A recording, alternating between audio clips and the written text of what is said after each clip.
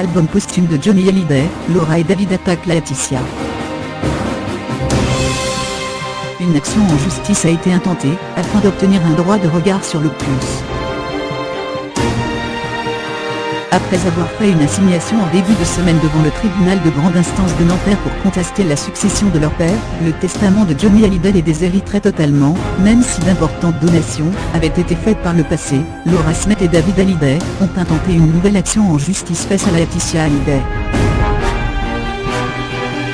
Affirmant avoir essuyé un refus de sa belle-mère, Laura Smith a décidé de saisir la justice pour prendre connaissance du projet d'album posthume, afin de pouvoir exercer ses prérogatives d'héritier, pour pouvoir confirmer le respect de l'intégrité artistique de l'entier contenu de cet album, dont la presse a annoncé qu'il aurait été récemment terminé, a confirmé l'un de leurs représentants, Maître Emmanuel Ravana. Avec son frère, qui est co-demandeur dans la procédure, l'actrice de 34 ans a saisi en référé, c'est-à-dire en urgence, le président du TGI de Nanterre, afin de se voir autorisé à prendre des mesures conservatoires, et notamment de se voir communiquer sous 48 heures le projet d'album. Laura Smith ne sait que très peu de choses de l'album de son père.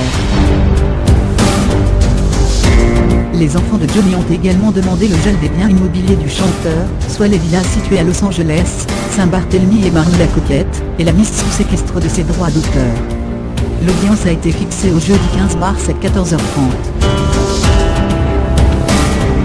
Principalement préoccupée par la défense de l'œuvre de son père, la fille de Nathalie Baye affirme que Laetitia Smith lui a sèchement opposé une fin de non-recevoir à sa demande de communication amiable, s'inscrivant dans le cadre de relations familiales normales, de ce projet d'album finalisé, dont elle ne sait que très peu de choses. Les avocats précisent par ailleurs que Johnny Hallyday avait fait écouter avec fierté, le 4 octobre dernier, les premiers enregistrements de quelques titres de l'album à sa fille Laura. Mort le 6 décembre 2017, après une courageuse bataille contre le cancer, le Gaulier a travaillé une grande partie de l'année à ce 51e album studio, inachevé, pour lequel une dizaine de chansons ont été enregistrées, notamment dans un studio de Los Angeles.